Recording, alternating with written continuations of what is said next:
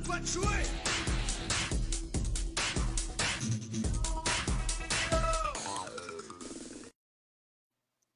Yo, salut à tous, on est en live.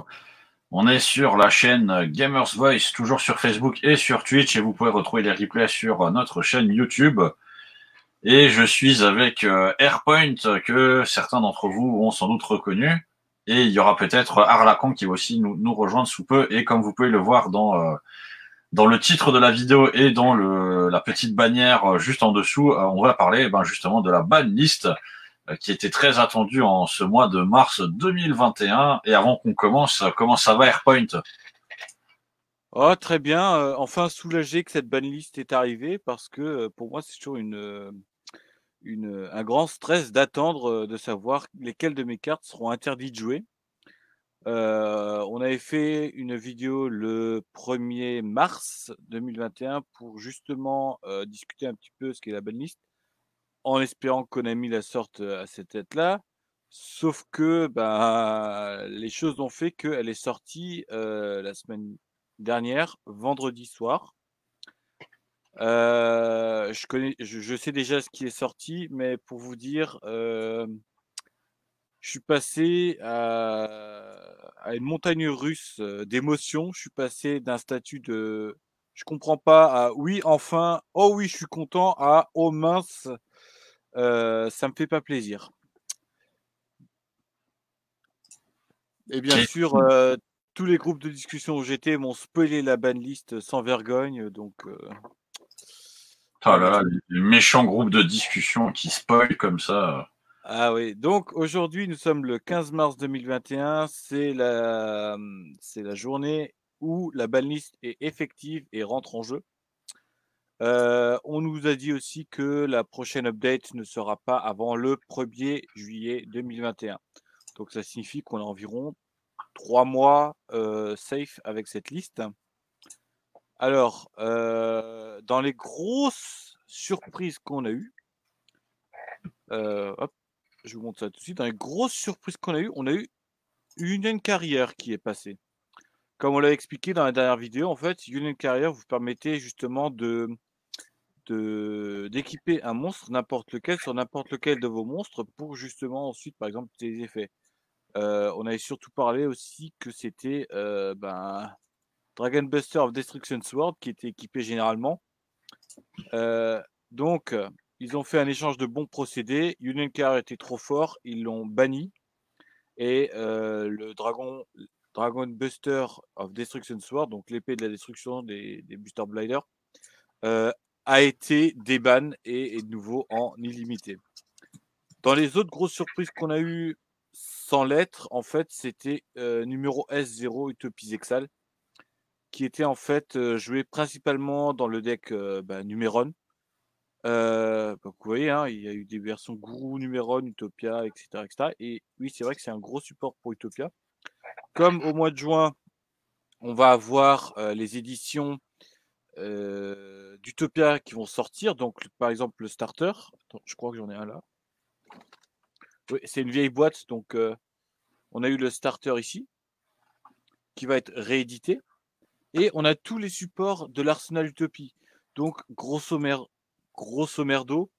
numéro S0 aurait été beaucoup trop fort avec les supports Utopia.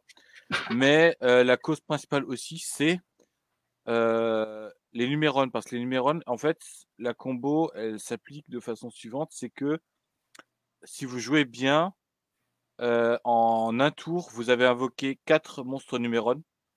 Et lui demande 3 monstres numéro X6 avec le même rang. Et ils sont tous rang 1, restez les courses, vous invoquez les Exal et vous empêchez l'adversaire de jouer. Donc ça, c'était un bon ban de la part de Konami, un bon move. Et le tant attendu True King of All Calamity qui se jouait avec, comme le dit Arlaka, Virtual World. Et donc la win condition, c'est une des win conditions de Virtual World qui est partie. Donc le deck devrait toujours aussi bien tourner, mais ils vont devoir plus jouer maintenant avec leur monstre synchro et plus avec ce monstre dégueulasse qui empêchait de jouer les joueurs, qui en a fait rager beaucoup et qui a surtout été Moi, pour ma part, comme je l'ai vécu, comme une carte anti-jeu. Une carte où, en fait, vous pouvez rien faire contre elle, vous pouvez pas la kaiju, vous pouvez pas la... Enfin non, on peut même pas la kaiju. On peut pas on peut la Nibiru, mais après à ce moment-là non. On, on peut pas annuler l'invocation. Et même si, en fait, si vous avez un deck qui joue vraiment sur les invocations de monstres, sur les effets de monstres tels que Harpie ou tout autre truc, euh, vous n'arrivez pas à passer. Hein. Même Dragoon ne pourrait pas passer. Donc on a eu ces 3 cartes qui ont été bannies. Hein. Les 2 ici parce que c'est vraiment de l'anti-jeu et Union Carrier parce que c'était trop fort avec la méta actuelle. On a eu en limité Cyber Angel Benten. Cyber Angel Benten, pour ceux qui ne le savent pas, est une carte clé pour le deck Blutron, que je suis aussi naturellement en train de construire parce que j'avais pioché toute l'engine par chance. Et donc, la carte permettait justement de recycler en fait, de recycler carrément vos monstres rituels, vos monstres faits avec le deck Dritron. Et elle a été limitée, ça c'était attendu. Comme dit Buster Blader, donc le Destruction Sword a été déban à cause du ban de Union Carrier. Réussi à les courses, le deck Buster Blader retrouve en fait une de ses meilleures cartes pour empêcher de jouer. Dave Loren, il a été reprint dans l'édition du Structure Deck. Ah oui, on voit pas très bien avec la lumière. Ah. Baisser la luminosité. Hop, hop, hop, hop. Avec l'édition de Freezing Chain. Ouais, Freezing Chain. Et donc, des bans parce qu'elle est justement dedans 3 fois et qu'elle ne fera absolument rien dans la méta actuelle. Donc, c'est bon, ça peut sortir. Ignister Promising Dragon Slayer. Celle-là, elle est sympathique à jouer. Elle est fun. Et heureusement qu'elle a été déban. Bon, la raison aussi, c'est qu'elle va avoir un reprint. Et que actuellement elle est que trouvable dans des éditions haute édition, donc elle est quand même assez chère à trouver, mais le monstre est sympa. Phantom Knight, Rustic Bardiche, oui, ça a été reprint de façon exponentielle. 2 éditions, une édition Gold qu'on voit ici et une édition en Ultra que moi je joue personnellement parce que j'avais acheté le Legendary Hero Deck. Donc, Rusty Bardiche, oui, en illimité, elle était quoi avant? Elle était limitée. En fait, ça va rien changer parce que un joueur PK ou BAPK ou RRPK, donc PK Phantom Knight, RRPK Red Raptor Phantom Knight ou BAPK c'est Burning Abyss Phantom Knight. Il s'en fiche, il la joue maximum 2 fois, mais ça change rien en fait à la carte. Rank Up, Magie, Argent, Chaos Force. Cette carte-là, ça va vraiment être. Elle a été déban, premièrement, à cause de Utopia. Ça, c'est une certitude parce que c'est une carte qui joue que avec Utopia ou avec les rangs 5 ou les numéros C. Mais le deck principal qu'il utilise, c'est quand même Utopia. Donc, ça va être un gros support pour le deck Utopia, cette magie en plus. Et ouais, ça risque de faire mal. Bon, elle est que disponible en édition Ghost Secret Rare, qui est la... Non, Gold Secret Rare. Gold Secret Rare qui est en fait une sous-autre rarité. En fait, vous avez les Secret Rare et les Gold Secret Rare sont juste un peu en dessous en termes de rarité.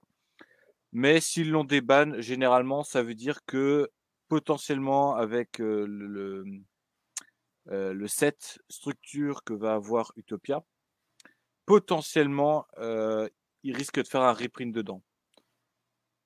Potentiellement. Et après, on a True King Return qui elle aussi est une conséquence de True Draco, hein, True King. Parce que elle a été ban à cause de True Draco et True King. Mais comme True King of Calamity est ban, ils ont dit voilà, on la remet à 3. Hein, ça changera pas la façon de la jouer, mais bon.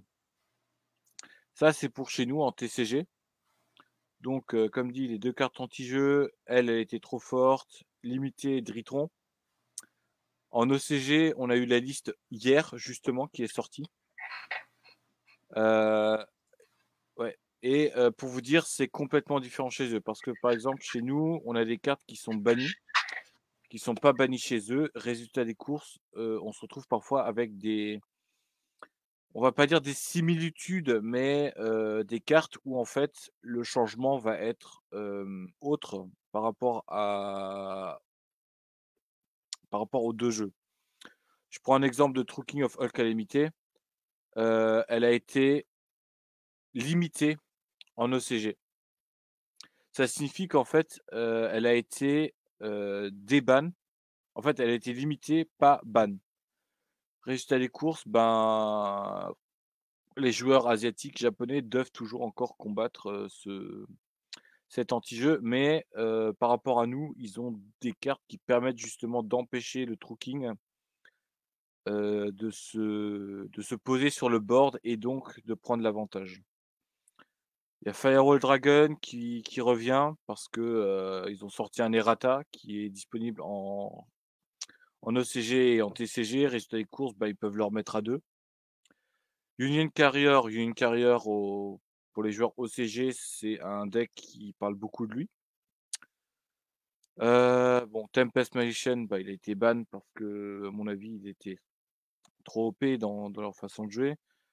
Le Perfo malin. Et ensuite, là, on a eu, par exemple, Dave Loren qui a été déban chez eux. Enfin, qui est semi-limité, mais qui a été mis en limité maintenant. Altergeist Melushi qui est une carte ouverture pour Altergeist. Donc, à mon avis, ils vont laisser Altergeist se jouer tranquillement. Junk Speeder, bah, Junk Speeder, comment dire, c'est un gros starter pour les decks synchro, parce que tu invoques un synchro 5 qui se fait rapidement, et lui il te dit ok, tu as invoqué, résultat des courses, tu peux invoquer autant de monstres synchro différents que tu as dans ton deck. Résultat des courses, tu invoques un monstre, et en fait tu fais du +4 sur ton terrain. Allure of Darkness, oui, Allure of Darkness, ben, à cause de la pioche, hein. Il joue beaucoup sur les monstres ténèbres. Donc, ils en ont profité pour la déban. Sky Striker, mesdames du multiroll, bon, elle a été limitée chez eux, mais Sky Striker n'arrive plus à faire le café, enfin, arrive toujours à faire le café là-bas, mais de façon beaucoup plus complexe. Mais pour vous dire, chez nous, elle est encore limitée parce que Sky Striker est beaucoup trop fort. Et Symbol of Hierarchic, je crois que celle-là, c'est.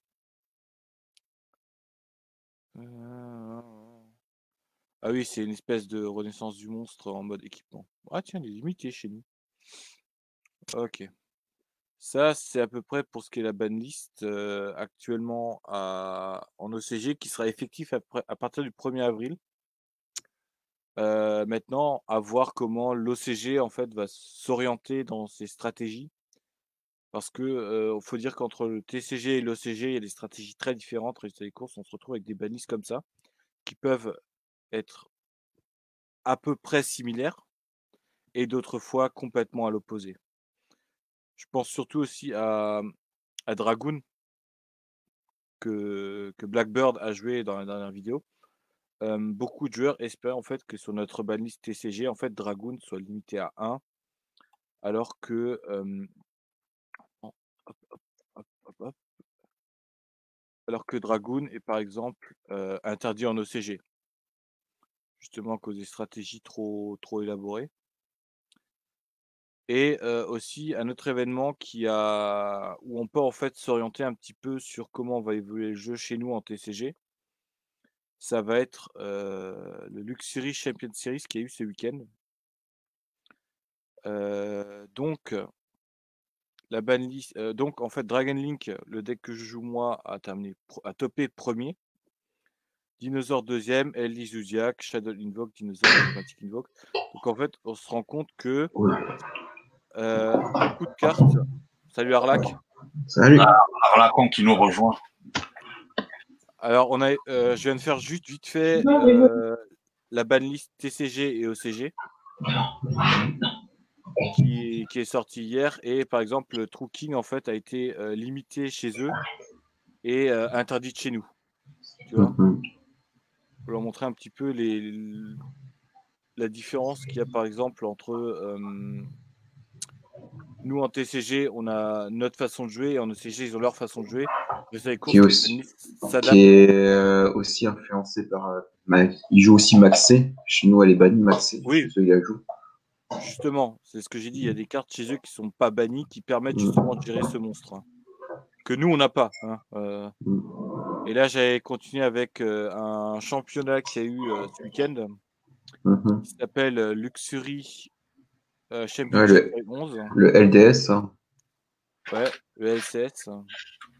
Et tu vois là, Dragon Link a topé. Hein. Oh, ouais, j'ai vu Dragon Link et Dino. Dragon Link et Dino ont topé, qui sont quand même deux decks en structure, qui sont depuis plus d'un an dans la méta, mais qui fonctionnent toujours aussi bien. Mais je pense que la version Dino, en fait, ouais, c'est bien ce que je pense. Oui, c'est une Going Second, elle est juste là pour ruiner en vrai, hein. Ouais, bah il a joué Animal Arch Source, c'est pour ça qu'il a dû topper. Bon, Et à mon avis, la raison aussi pour laquelle elle est topée, c'est par exemple une nouveau pot dans Dino, de donner accès à 100% sûr à Dino à Ruler No More, ou des choses comme ça. ouais, bah en Ou à fait, son orage, hein. juste pour vous montrer, ça, c'est tous les decks qui ont été joués ce week-end par les 223 joueurs. On a eu 37 Dragon Link, ce qui représente quand même un beau carré. On a eu 34 decks divers qu'on peut pas on ne Oui. peut pas catégoriser en tant que méta, mais qui ont été joués quand même. On a eu 26 dinos, 26 Zodiac, donc, dont 18 versions avec Eldritch et 8 versions en pur. 22, 22 versions de Eldritch avec 9 Dragoon, 7 purs et 6 variantes autres. Mhm. Bah, Dogmatic Invoke, on a eu 17 avec 7 qui ont joué une Jin Shadow dedans. Généralement, moi je joue avec Shadow parce qu'en fait, ça te permet justement d'avoir du répondant dans le cimetière. On a eu 11 versions Shadow qui ne jouaient pas en mode Dogmatic Shadow, donc ça a été vraiment soit des versions Shadow pures, soit des versions Shadow avec Invoke. On a eu Tribrigade, l'Irilusque. Alors, l'Irilusque, ce sont des. J'ai joué contre ce deck, il est assez chiant. Ben, globalement, c'est juste pour invoquer, en fait, ils invoquent, comment il s'appelle déjà, Nexus L'arme 3000, divine. 3000, hein. Ouais, Oui, l'arme divine. l'arme divine à Zeus. Oui, c'est ça, Zeus. En fait, globalement, c'est un deck Zeus, hein, Ouais, c'est un deck Zeus, c'est pour ça qu'il top. On a eu 9 Virtual World. Bon, je pense qu'ils ont dû jouer sans. Bah, c'est un deck synchro, Virtual World, en vrai, hein. C'est un deck Ouais, synchro, hein. c'est Donc, un ils gars ont joué synchro. normalement, en fait, hein. Ils ont joué normalement, ce qui est leur gameplay. Hmm. Puisqu'au final, le roi de toutes les qualités, c'est juste un extra play. Il joue le tour d'un extra play. Maintenant, bah, il va jouer normalement, hein, parce que comme le deck aurait dû toujours jouer, quoi. Hmm. Moi, après, ce qui m'a un petit peu étonné, c'est que Buster Blader était quand même présent. La raison à ça, c'est la Buster Lock n'a pas disparu, en vrai. Là, quoi? La Buster Lock n'a pas disparu, hein. Ils ont retrouvé une autre combo pour pouvoir équiper le support Buster qui permet de bloquer l'extra deck adversaire. Buster Lock n'a pas disparu avec. Ah ouais, ils ont trouvé une loupe avec Buster Blader. Oh, il y a une nouvelle loupe qui existe maintenant, qui est en train de tourner depuis quelques jours, une semaine à peu près. Et la Buster Lock n'a pas disparu avec la Avec Union. disparition de Union Carrière, hein. Écoute, moi qui ai un deck bébé, si tu m'envoies le lien une fois sur le. Mm. Hein, moi, ça m'intéresserait de voir comment il le joue. Ensuite, on a eu Subterror Dragoon. Subterror qui est déjà, je vais dire, un gros mur à franchir. C'est le mur de Chine, généralement, dans Yu-Gi-Oh! Si t'as rien pour gérer, et il rajoute encore Dragoon. Bah, si Prankits qui a quand même topé il y a environ 2 ans. Hein. Mm. Euh, Voilà, c'est fort, tranquille, hein. bah, Prankits, c'est fort, mais je pense que. Attends, le deck que tu joues, c'est quoi de nouveau avec le X6? C'est. euh, Ah, le nouvel archétype, j'ai oublié le nom. Euh, Ah, j'ai oublié le nom. Arlac, tu peux m'aider? Si tu joues ce deck généralement, t'as Salade et t'as. Ah, oui. Euh, c'est. Oui, oui, c'est. Ah, puis je l'ai en plus à côté de moi. On l'a sur le bout de la langue, mais on l'a Ouais. on l'a pas. Attends, je te le donne, hein, je te le donne. On est en direct et ça arrive en direct que les gens oublient leurs notes, puisqu'ils n'ont même pas de notes, ils font tout de tête. Pour ceux qui nous regardent, c'est Spriggan. Hein. Ah oui, Spriggan. Bah, à mon avis, Spriggan, là, avec ce qui va arriver, Spriggan risque d'être notre Prankits cette année. Hein. Ça risque d'être une grosse surprise. Non, c'est pas dit. C'est pas dit. Il est très sensible au one-trap, Spriggan. Hein. Extrêmement sensible. Hein. Ouais, mais on risque d'avoir des supports pour justement contrôler un trap. Je pense justement à Cross Bah, Out. ça va dépendre en fait des exclus TCG en fait. Hein. Mm. Ça va dépendre, comme ils influencent beaucoup la méta, les exclus TCG de la prochaine extension, c'est ça qui va définir un peu si ces deux decks vont rester au top ou si s'ils vont changer. On verra. Après, on a eu 5 Dritron et 5 Chevaliers Fantômes. Donc, bon, moi, pour ma part, je joue depuis que c'est sorti Dragon Link. Hein, Bah, moi, en vrai, pour les Driton, j'aurais dire Tché. Bien fait pour vos gueules. Wow, je viens de construire le deck, là, et j'ai dû recommander des cartes, justement, parce qu'il faut que je sorte une carrière. Et Benten. Donc, ouais. Et donc, on voit à peu près que la Engine, Eldritch et Dragoon ont quand même quasiment 20 à 22% de représentation dans tous les decks qui ont été présents sur le tournoi. Ouais, mais c'est normal, les gens ils se cachent derrière ça. Dragoon, c'est les gens dès qu'ils savent pas quoi jouer, ils se cachent derrière un ton. Eldritch, c'est une engine juste pour gérer. Donc peut-être des deux, c'est celle que je préfère encore Eldritch parce qu'au moins ça demande un peu de son cerveau. Dragoon, ça contente juste de la moquer. Hein. Oui. Ah bah je vois comment il l'a joué et honnêtement il l'a joué ok. Elle l'a joué fine là. Oh ouais, il joue Alphin Max, toi, c'est normal alors. 3 Super Poly, Cosmo, Draco d'ornement, ok. 3 H en side, ouais, ok, ça je comprends. Red Reboot, ok. Moi je regarde juste vite fait parce que j'avais pas encore vu la liste. Il a joué 3 fois Fantasmé, 3 fois Nibiru. Ouais, en fait, il a juste voulu Fantasmé, apparemment, c'est pour il fait un petit retour, c'est pour les matchs miroirs en fait. Oui, non mais Fantasmé en fait, tu le gardes dans le side. Généralement, en fait, tu le fais comme ça. Tu mets tes 3 H dans le main. Et tu mets les 3, ouais. Et tu mets les 3 fantasmés en fait dans le side où tu peux faire un mix. Ouais. Mais au final, il mérite de gagner parce que c'est-à-dire quand même qu'il a bien anticipé le tournoi en s'attendant à ce que Dragon League soit le plus représenté. Et c'est vrai que son deck est clairement fait pour le match miroir. Il doit sa victoire vraiment à une analyse très fine du tournoi avant qu'il commence. Hein. Bah, moi, je vois surtout aussi le Chaos Realm qui permet justement d'aller directement chercher les Vianir. Pour ceux qui voudront construire ce deck, à mon avis, il faudrait pas faut pas decker ce deck. Hein. Ce deck a clairement été fait pour ce tournoi. Hein. Ça sera pas le corps principal du deck. Ce deck a été vraiment fait limite. En fait, c'est un deck post-side deck face à un match miroir. Hein. Alors là, on vient dans mes trucs privés, hein, mais pour ma part, le Dragon Link, je le joue ainsi. Hein. C'est en fait généralement, si vous voulez faire un Dragon Link type standard, je vous conseille plutôt de jouer une version comme ceci. Hein. Ça fera pas, ce sera plus constant et ça fait tout aussi bien le café. Bon après, c'est une question de goût, mais on attend surtout en fait pour, on attend notre monstre boss nous depuis environ 2 ans. Hein. Non, mais on va dire que Dragon Link est un très bon deck.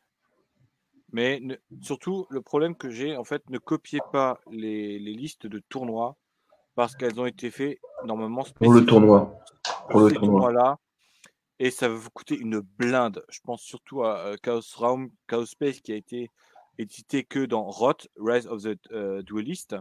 À moins que vous voulez construire un deck Gaia, je ne vous conseille pas de le faire. Et la tactique des 3 armées, vas-y, hein, 50 à 70 € la carte. Bah, c'est une carte de ça, et encore, c'est même une carte de ça qui n'est pas trop utilisée en vrai. Donc, Fantasmé. Parce que la tactique, en vrai, n'est efficace que efficace que pour les entraves qui s'activent dans la main et donc voilà, qui s'activent dans la main. Donc en vrai, elle permettrait même pas de passer à travers un Nibiru, elle passerait même pas de passer à travers un Fantasy, puisque c'est la vocation inhérente, donc ça passe à travers une tactique. Donc la carte est comme là, en vrai là c'est vraiment une carte tech qu'il a mis en place. Hein, et même pour ça que même en tant que side tactique, il n'est même pas joué en vrai. Hein. La C'est Dragon une carte. Maiden, pardon. Ouais, La vas-y. Dragon Maiden Chamber, je la conseille pas non plus parce qu'elle est apparue que dans une édition et elle vaut la peau du cul.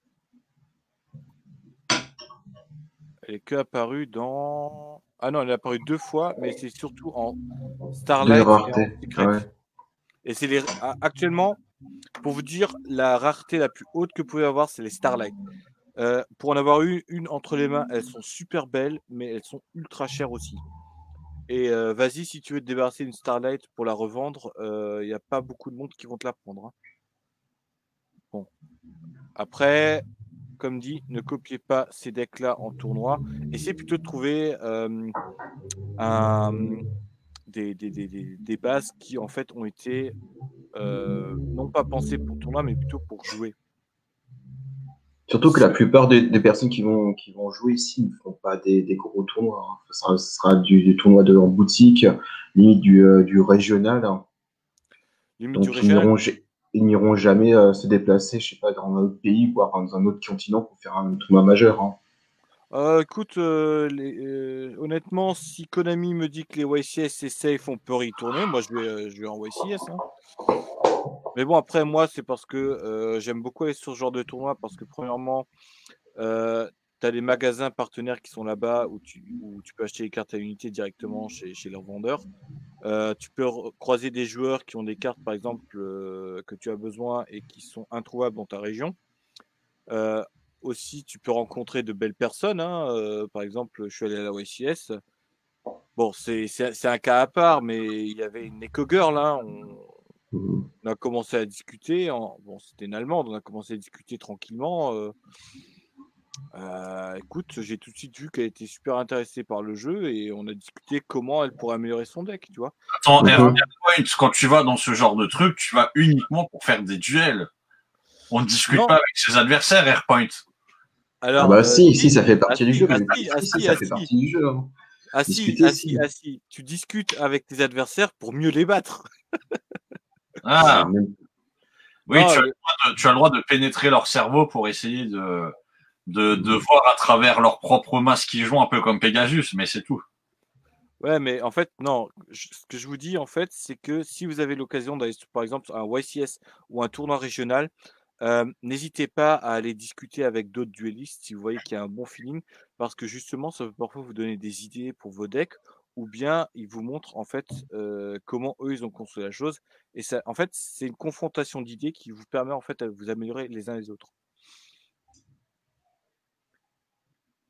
Bah, Mekk Knight Invoke. Mekk Knight Invoke, honnêtement, bon, je l'ai déjà dit, hein, c'est une très très bonne version. Ah, il le joue en version Dragoon. Ok. En fait, si vous voulez faire un deck fusion, euh, Invoke, c'est la base en méta. Et avec les Mekk Knight, en fait, ça vous permet d'aller justement sur votre counter principal. Et si vous avez la Red Light Fusion en main, vous invoquez Dragoon, en fait, vous avez quasiment 2 counters sur le terrain. Ah, en Sachant vrai, que, ouais. En vrai, j'ai envie de leur dire s'ils peuvent faire un fusion, peut-être faire deux un Shadow. Un Shadow aussi est arrivé, je pense, en quatrième, hein, d'ailleurs, à ce moment. ouais, Shadow Invoke, là. Parce que celui-là, Bah, principalement pour Winda, parce que Winda va en fait. il fait les choses bien plus sales. Hein. Winda, en fait, c'est un contre-combo. En fait, il dit vous ne pouvez faire qu'une invocation normale et une invocation spéciale. Le seul problème, c'est qu'elle est très sensible au kaiju. Et Oui, mais ça, c'est contourné par le fait qu'ils ont une piège qui est tutorisable. Donc, c'est la dernière carte du deck. Hein. celle-là, Faire des fusions pendant le tour adverse. Donc, mettre Win Down au tour adverse, le Kaiju, tu t'en bats un peu les reins en vrai. Hein. pour ma part, je la joue 2 fois. Mm. Ouais, je l'ai pioché. Je l'ai pioché. Enfin, une, j'ai pioché et l'autre, j'ai échangé à un pote parce qu'il avait besoin de. Ah, il joue une petite engine dogmatique, on va dire. C'est. Ouais. Ouais, elle aurait pu jouer que le piège, ça aurait été tout aussi bien en vrai. Hein. Ouais, mais et Pot of Prosperity, vas-y, il y en a au moins pour 400 boules dans ce deck. Hein. Ouais, mais mon pot de prospérité, c'est uniquement parce qu'il vient de sortir, il est tout nouveau, les gens sont hypés par cette Euh, carte, mais je pense que c'est une carte qui a mis à disparaître peut-être si. Hein. Bah, surtout, en fait, quand tu vois, il y a Pot of Extravagance qui te bannit en fait déjà de l'extra deck. Il y a Pot of Prosperity qui te banne de l'extra deck. Honnêtement, à un moment ou un autre.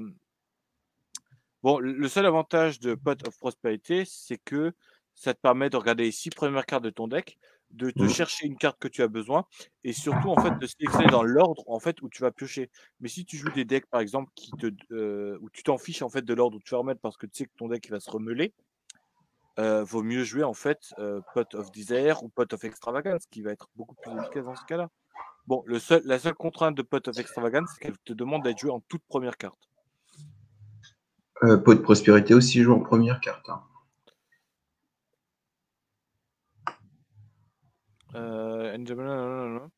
Parce qu'à cause du contre-coup, les dégâts affichés bien ça sont divisés par deux. You cannot draw cards by cards effect the turn you activate this card. Ouais. Donc vaut mieux C'est la le jouer en contre-coup. première. Donc Ouais, ouais, c'est le faut contre-coup. c'est jouer en premier pour pouvoir ressentir le contre-coup, parce que divisé par deux les dégâts adverses, ça serait sous-entendre que tu aurais placé 16 000 de dégâts durant ton tour de jeu. Mm. Donc, comme dit, en fait, quand vous voyez ces genres de gros tournois, en fait, ne prenez pas le numéro 1, le numéro 2, le numéro 3, le numéro 4. Allez plutôt voir à partir du numéro 5 à 8. euh, Ça peut être des decks qui peuvent être parfois plus intéressants financièrement parlant.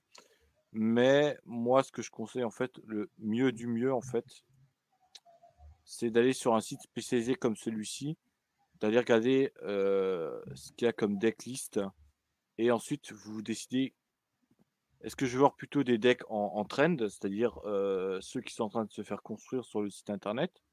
Est-ce que je préfère aller voir les nouveaux decks qui peuvent être aussi intéressants à voir. Ensuite, il y Bah a les moi, je decks dirais même émergents. pas ça. Moi, je dirais d'aller sur un simulateur, hein, d'avoir d'abord un deck qui leur plaît. Parce que Yu-Gi-Oh! En fait, il y a 10 000 cartes hein, qui interagissent les unes sur les autres. En vrai, regardez déjà les decks qui vous correspondent hein, via votre personnalité, votre façon de jouer et votre personnalité. Et puis après, comprenez-le, le deck. Hein. Construisez le corps hein, pour bien comprendre. Et puis après, adaptez-le en fonction de vos envies, en vrai. Hein. C'est En comme fait, ça le qu'on truc, se fait un deck. Faut pas prendre les decks des autres parce qu'en fait, c'est ce que vous avez net decké, c'est pas vous. Hein. C'est juste comment il joue lui. Mais vous comprendrez pas forcément pourquoi il a joué telle carte, comment il la joue et dans quel sens. Hein. Ça peut donner quelques idées, mais faut pas s'y fier. Hein. C'est pas vos non, idées. Hein. non, non, C'est pas vos idées. Hein. C'est celle de quelqu'un d'autre. Hein. oui, c'est celle de quelqu'un d'autre, mais en fait, le truc, c'est que généralement sur ces sites, ce que tu peux faire, c'est que tu peux DL le deck pour ton simulateur et ensuite le modifier à ta sauce.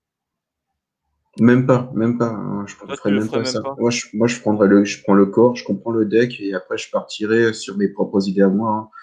C'est le soir, vous prenez du temps, si vous voulez voir le jeu vous intéresse, vous prenez une heure, vous faites 4-5 duels, vous regardez ce qui va pas, et puis après vous regardez pourquoi ça va pas aller, puis comme ça, vous pouvez voir qu'est-ce qu'un autre critique pourrait apporter, puis comme ça, au bout de 2 ou 3 semaines, votre deck il est construit et il vous ressemble. Et au final, même à ce niveau-là, ben, vous le comprendrez mieux. Et même si vous êtes original hein, dans votre tête et dans ce que vous êtes, vous pouvez même brain votre adversaire, parce que lui ne comprendra pas ce que vous faites. Et là, globalement, vous avez gagné la moitié du match avant de recommencer. Voilà. Moi, je vous conseille, si vous voulez comprendre en fait les engines de vos decks, juste comprendre comment elles fonctionnent, hein, comme Arlacan le dit, je vous conseille d'aller voir El Exordio del Duelista. Donc, c'est une chaîne hispanique avec des sous-titres en anglais. Et en gros, ils font toujours une intro. Ok. Ils font des duels en fait où ils te font une version going first. En fait, ils jouent le même deck, mais ils te montrent les replays en going first, puis en going second. Après, ils te montrent bien sûr que le deck aussi a ses faiblesses, donc les duels où il a perdu. Et après, moi, ce que j'aime bien en fait, c'est d'aller voir l'analyse du jeu. L'analyse du deck, c'est-à-dire les statistiques du deck, comment est-ce qu'il fonctionne, comment est-ce que il est géré. Et après, tu peux voir en fait quelle version tu as sa version. Et après, tu peux toujours prendre ça en base et ensuite changer les choses pour que ça s'adapte à ton budget. Parce que, par exemple, je veux pas dire, mais la Magician Souls, elle vaut un bras. La Prédaplante, la Dragoon, elle vaut un bras. Donc, il te montre les cartes clés du deck pour que tu comprennes comment il se joue. Et aussi, si tu fais un peu gaffe, ah, il l'a pas mis ici. Généralement, il met encore une petite section pour te dire, en fait, hem, avec quelles cartes tu peux remplacer, par exemple, les cartes qui sont extrêmement chères pour le jeu de façon budget. Donc oui, il y a quelqu'un qui monte un meuble chez lui? On remercie mon voisin qui a fait je sais pas quoi dans son appartement. Je crois qu'il remonte un Sur le meuble. Il t'a entendu parler de Yu-Gi-Oh! Et en fait, il fait tais-toi, tu m'emmerdes avec Yu-Gi-Oh! Skyba, c'est le meilleur. Non, mais selon toi, Arlac, pour les prochains mois à venir, même avec les nouvelles sorties, selon toi, on va voir quoi dans les tournois à venir? Moi, je pense qu'il va rester inchangé. Dragon League va ratoper. Dinosaure, j'en sais rien, parce que le deck, quand même, il a beaucoup de briques. Après, c'est vrai que le pot va devenir assez indispensable dans Dinosaure, donc avoir Dinosaure a ses chances en vrai, avec la sortie du pot. Edlich, mon avis, Edlich sera l'outsider, hein. Virtual World et Drayton, on les reverra plus du tout. Et d'ailleurs, je trouve ça très bien, parce que de toute façon, c'était pas normal qu'ils aient topé avant, c'était juste à cause d'un extra play. Et je trouve que ça, c'est pas normal qu'un deck top à cause de son extra play, il peut pas ce qu'il peut proposer. Au final, les gens, maintenant, vont réapprendre à jouer enfin leur deck et on verra ceux qui ont vraiment apprécié ce deck ou juste ceux qui l'ont pris parce que oh, ça top, parce que ça voit facilement, regarde toutes les qualités, je me cache derrière et puis voilà, Alors, je suis mauvais, mais je l'assume pas. juste pour te montrer, ah, les images sont par là. Mais je pense ouais, ce sera soit Dragon, je vois bien, pour le moment, Dragon League, Dino et Edlich être les trois decks qui vont topper et qui vont rester au top. Et si la prochaine extension sort, ça va rien changer. Ça va vraiment dépendre des exclus qui vont sortir après. Et puis après la prochaine extension, bah, je sais pas ce qui sort dedans. Donc, Alors, je fais pas de pub pour le magasin Red in Trade, parce que même si c'est mon fournisseur, le plus confiant, hein, le gérant, il est ultra bon dans ce qu'il fait. Il fait aussi beaucoup de publications sur Facebook, pour la communauté. Oui, c'est un magasin allemand, donc si vous l'écrivez en français, il vous répondra en allemand, hein, ou en anglais. Lui, pour sa part, il fait, par exemple, tous les mois, il montre en fait sur l'extravaganza. Qu'est-ce que c'est en fait le extravaganza? C'est le remote duel en mode tournoi que mais Extravaganza, faut pas tenir compte, hein. Il y a eu beaucoup de triches, hein, même dans les phases de finale, hein. justement, Extravaganza. justement, je voulais venir en fait extravaganza. Moi, je ne joue pas. Toi non plus, tu joues pas parce que on sait les triches qui peuvent y avoir. Mm. Surtout que vas-y pour en fait, tu as 160 joueurs, là, 170 joueurs, tu avais. Vas-y pour mettre un juge par duel, c'est humainement impossible. Même pour Mais toi. c'est même pas ça, c'est que même à la rigueur, s'ils mettent un juge, à quoi il va servir? Il va servir à rien parce que les gens sont chez eux, donc s'ils ont envie de double sleever leur sleeve, ben, c'est pas avec une caméra que tu verras ça. Alors, Euh, le double sleeve est autorisé maintenant, hein. non, double slivage, je veux dire, double slivage, par exemple, tu prends ton paquet, tu as ta carte clé, tu mets une simple sleeve, et pour les autres, tu mets double sleeve, et au toucher, tu sais déjà ce que tu vas Oui, tu piocher. sais déjà ce que tu as pioché. Mais bon, on Donc, peut dire, voilà. ça, tu peux pas le contrôler. Il y a des triches comme ça, il y en a plein des triches comme ça qui ne passent pas parce que quand on est en physique, ben, les juges, ils sont là, d'un simple coup d'œil, ils vont venir, ils vont vérifier ton deck. Enfin, le deck, il est vérifié avant le tournoi, la playlist, enfin, tout est vérifié. Donc, ce genre de triche qui passerait pas en normal, bah, là, elle passe sur un tournoi comme ça en remote, hein. Là, elle passe normalement. Et puis, c'est simple, sur les quatre finales, t'as trois qui ont, il y a soit trois, quatre finales qu'il y a eu, il y a trois c'était avéré qu'il y a eu de la triche, hein. Mais c'est passé, pourquoi? Bah, parce que Konami a mis un mouchoir dessus, hein. Bah, comme tu le vois, en fait, on voit là, c'est par exemple la version de février. Il n'a pas encore sorti la version de mars parce qu'on n'est pas à la fin du mois de mars. Mais tu vois déjà qu'il y avait une grosse tendance pour jouer Virtual World, comme tu l'as dit, hein. Le deck, il est simple à acheter. Tu as l'extender True Draco qui était là, qui te permettait justement d'avoir la win condition la plus simple du jeu. Et surtout, il savait pas jouer. Enfin, il, ils savent jouer leur deck, mais on va dire que et ça, Ils savent pas s'adapter. Ils seraient savent tombés pas. contre des bons joueurs, c'est bon, c'était Voilà, fini. ils savent pas s'adapter. Et la quatrième chose que je voulais dire en fait, et ça c'est un secret que beaucoup de joueurs à haut niveau gardent pour eux ou n'ébruitent pas trop, c'est que quand ils construisent un deck, ils se posent jamais la question combien ça va me coûter, parce qu'ils savent, et ils le savent très clairement, que ils peuvent par exemple aller dans des magasins euh, et se faire demander en fait à la place d'un, tu donnes en fait du cash et par exemple louer les cartes. Certains magasins le font. Je ne citerai pas des magasins et parce que j'ai pas envie de me mettre la communauté à dos ou des magasins où je pourrais aller acheter. Mais il y a certains magasins avec pas beaucoup d'éthique qui, pour les joueurs les plus cotés, peuvent prêter les cartes. Ou sinon, il y a la méthode, en fait, j'ai un pote qui a cette carte-là, je lui demande, voilà, tu peux me la prêter pour le tournoi, tac, tac, tac, tac. Résultat des courses, en fait, au lieu de dépenser 400, 600 boulasses dans un deck, ils ont juste ce qu'ils ont et ils ont par exemple 80% de leur deck qui est juste de l'emprunter. Donc voilà.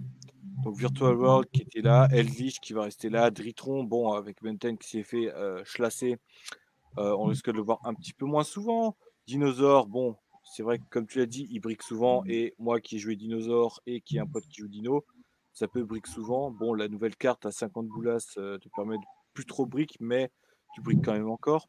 Tribrigade qui peut être intéressant. Phantom Knight, bon, Phantom Knight à voir.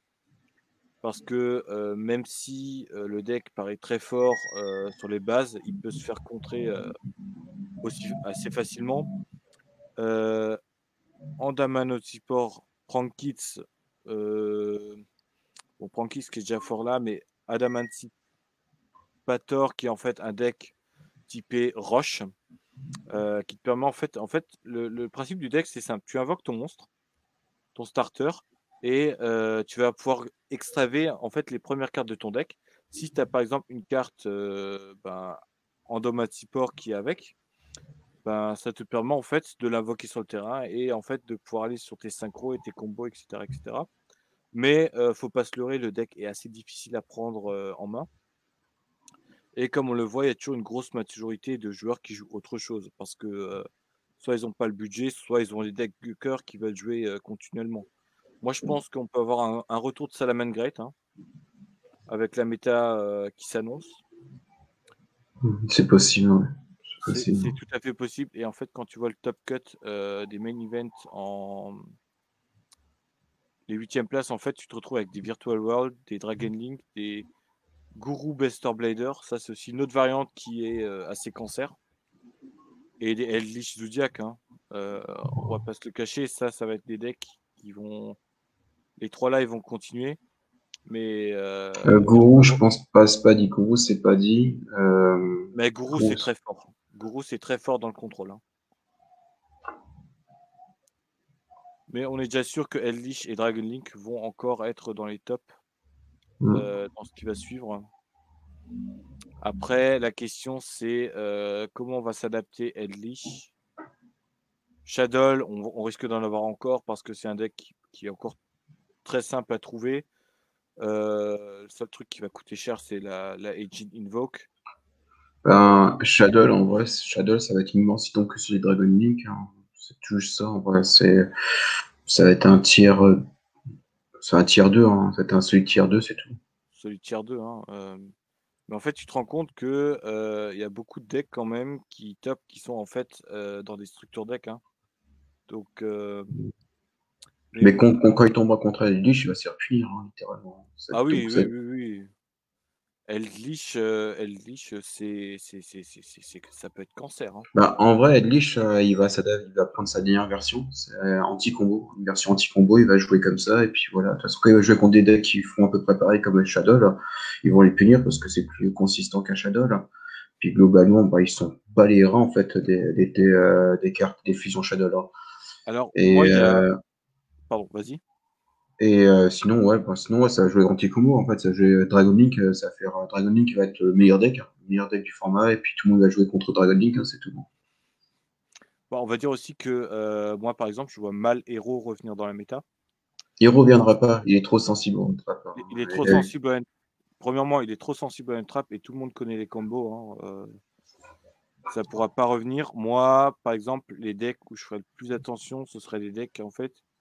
Bah, en vrai, même si tu connais les combos héros, tu peux pas faire grand-chose. Héros, de toute façon, s'il commence premier et que t'as rien pour le gérer, t'as perdu. T'as perdu. T'as perdu parce que Moi, c'est plasma, c'est ce qui règle. mm, Darklo, c'est tu peux rien faire en fait. Darklo, il va toucher à ta main, il va toucher à ton cimetière. Donc en vrai, t'as les deux cartes qui sont là. T'as la ligne 3 derrière qui monte leur attaque parce que c'est vrai que c'est une attaque faible. T'as une 3 qui est fait monter à autour des 2500 attaques chacun, voire plus pour t'as Honest Darklo. Bah, Neos, t'as perdu, hein. T'as t'as perdu, hein. Honest Neos aussi qui peut se faire avec la combo Vision. Ça marche aussi encore très bien. Mais pour ma part, moi, je ferais peut-être attention à des decks où on n'attendrait pas, en fait. Je pense à Muton, qui peut être aussi très cancer si tu arrives très bien à le gérer. Mais je pense pas qu'il va topper. Je pense aussi aux decks Toon, qui peuvent être assez cancer si tu as rien pour te protéger. Parce que oui, bon, en fait, le deck Toon, le problème, c'est que tu es obligé d'avoir un monstre Toon sur ton terrain pour te protéger.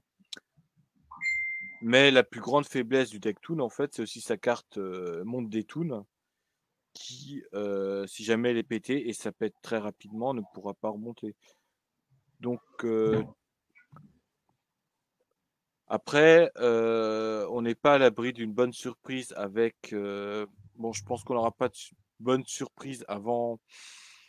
Ah non, je ne veux pas l'avoir comme ça, mon gars. Je pense qu'on n'aura pas de bonne surprise avant Ancient Guardian.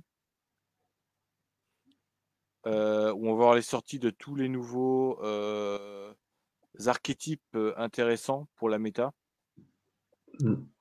Donc ça signifie que jusqu'à fin avril, la méta devrait se stagner vers Dragon Link, Eldritch, Dragoon, qui je rappelle est toujours à 3. Donc même, même le deck magicien de Blackbird pourrait se faire une place dedans. Mais vu la proportionnalité d'avoir des end-traps dans la main. Donc ouais. Moi je pense que on va pas avoir de changement de la méta avant avril. Et que à partir d'avril, en fait, avec l'arrivée des nouveaux archétypes, des nouveaux stemples, ça risque de changer assez fort, quoi. Surtout que Ancient Guardian, toute la liste n'a pas été révélée. Toute la liste n'a pas été révélée et pareil pour Ghost of the Past. Hein. Ghost from the Past, ils ont annoncé 127 Ultra, 5 Ghost Air. Là, pour l'instant, on n'a que 39 Ultra qui ont été annoncés. Et ce sont des reprints, donc et ça sort dans environ un mois. Donc à peu près, je pense que début avril, on devrait avoir une idée fixe de ce qu'on va avoir dans le pack. Ouais.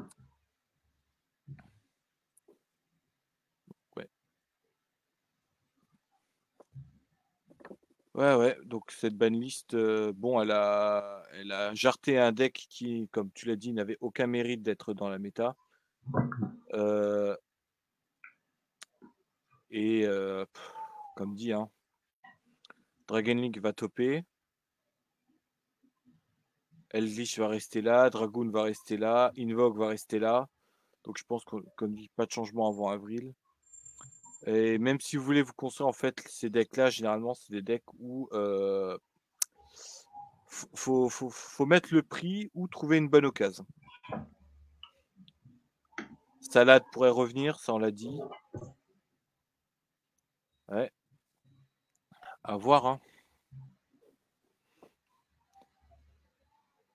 Et selon toi, quel deck pourrait revenir typé méta? Ouais, je sais pas, j'attends la prochaine extension. Ça dépend. Dans l'extension qui sort, il n'y aura aucun deck qui va percer, ça c'est certain. Par contre, ça va dépendre, en fait, comme je te dis, des exclus. Hein. C'est les exclus qui vont Les exclus définir. qui vont Ouais. définir tout ça. On n'aura pas de retour de Cybers, même si avec leur boss monstre qui revient, ils pourront pas gérer, hein.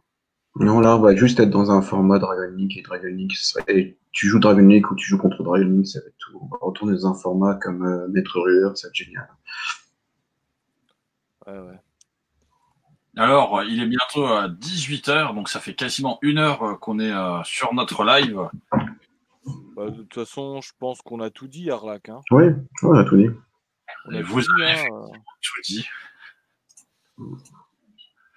Donc on verra un petit peu ce que ça donne. Bon, pour ceux qui nous regardent, si jamais, n'hésitez pas à nous rejoindre sur Discord. Si vous avez envie de parler de Yu-Gi-Oh, si vous avez des questions, on aura l'occasion de revenir là-dessus. Alors, n'hésitez pas à venir, même si vous n'êtes pas un joueur, on va dire, très expérimenté. La communauté Gamers Voice Yu-Gi-Oh est quand même assez ouverte et toujours prête à aider les joueurs qui n'y connaissent pas trop pour justement les orienter sur le type de jeu qu'ils aimeraient jouer, que ce soit méta ou fun, hein. On a 2 joueurs qui veulent reprendre là, actuellement. Je ne citerai pas de nom, mais c'est toujours un plaisir en fait d'aider, quoi. Oui. Est-ce que vous avez un petit mot de la fin pour nos spectateurs? Je pense que Yugi, il faut croire à l'âme des cartes serait la bienvenue, hein.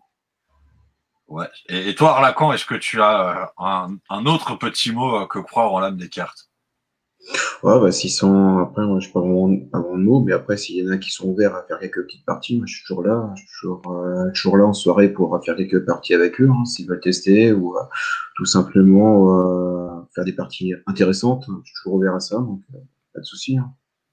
Ok, je terminerai par c'est l'heure du duel, comme le dit aussi Yugi. Ok, bon, pour ceux qui nous regardent, hein, comme dit, n'hésitez pas à nous rejoindre et on se retrouve pour une prochaine vidéo Yu-Gi-Oh! Je ne sais pas quand, mais en tout cas, on aura sans doute soit l'occasion de parler de règles, soit l'occasion de faire des petits duels en live. Je sais que Airpoint veut toujours prendre sa revanche sur Arlacan et qu'il en fait même des cauchemars la nuit. Non, je pense pas.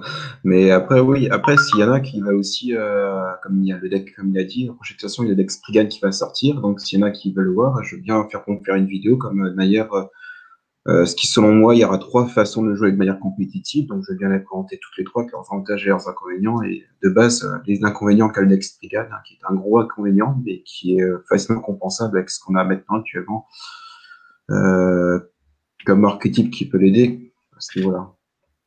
Pour ma part, il y a des grandes chances que je risque d'avoir des displays au plus tard vendredi. Donc peut-être faire une ouverture en live si ça intéresse les gens, hein. On peut faire des ouvertures de machin en live, effectivement. Je vois que Roger nous rejoint uniquement sur la fin.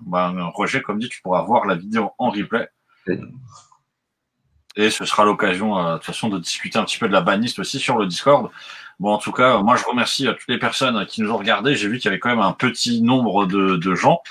Et comme dit, hein, n'hésitez pas à nous rejoindre et on se retrouve pour une prochaine pour plein de choses. Ciao. Peace, restez en bonne santé. Au revoir. Ciao.